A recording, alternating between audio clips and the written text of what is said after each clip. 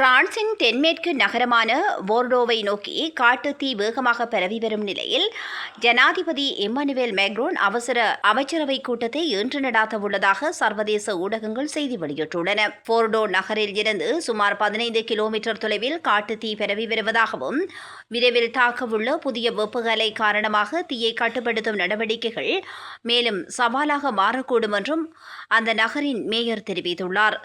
தற்போதைக்கு போர்டோ நகரை முழுமையாக காலி செய்யும் திட்டம் எதுவும் இல்லை என அதிகாரிகள் தெரிவித்துள்ளனர். கடந்த ஒரு வாரமாக பிரான்ஸ் மற்றும் ஸ்பெயினில் காட்டுத்தீ தீவிரமடைந்துள்ள நிலையில் 3,30,000க்கும் அதிகமான மக்கள் பாதுகாப்பான இடங்களுக்கு வெளியேற்றப்பட்டுள்ளனர்.